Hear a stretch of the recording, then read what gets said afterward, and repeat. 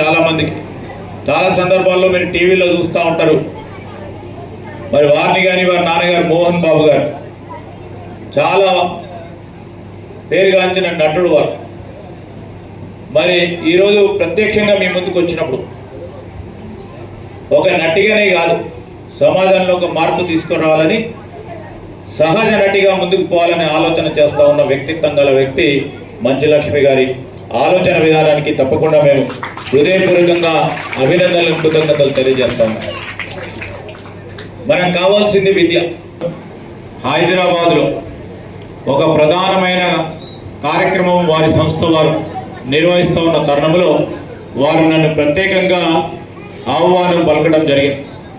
నేను వెళ్ళినప్పుడు నేను ఒకటే కోరినా, ఈరోజు మన ప్రాంతాలకు సంబంధించి ప్రత్యేకంగా ఇది చాలా దూరమైన ప్రాంతం.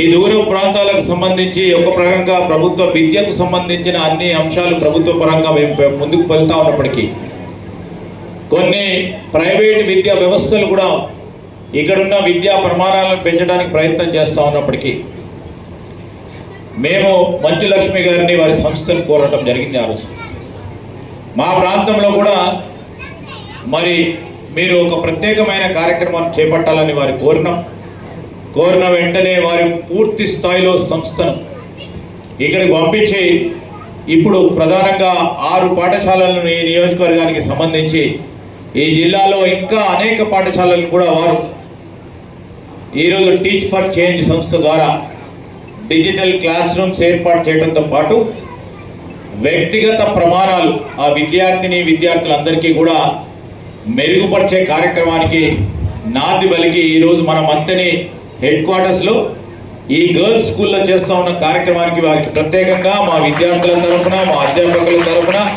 మా ప్రాంత వాసులందరి తరఫున వారికి ప్రత్యేకంగా కృతజ్ఞతలు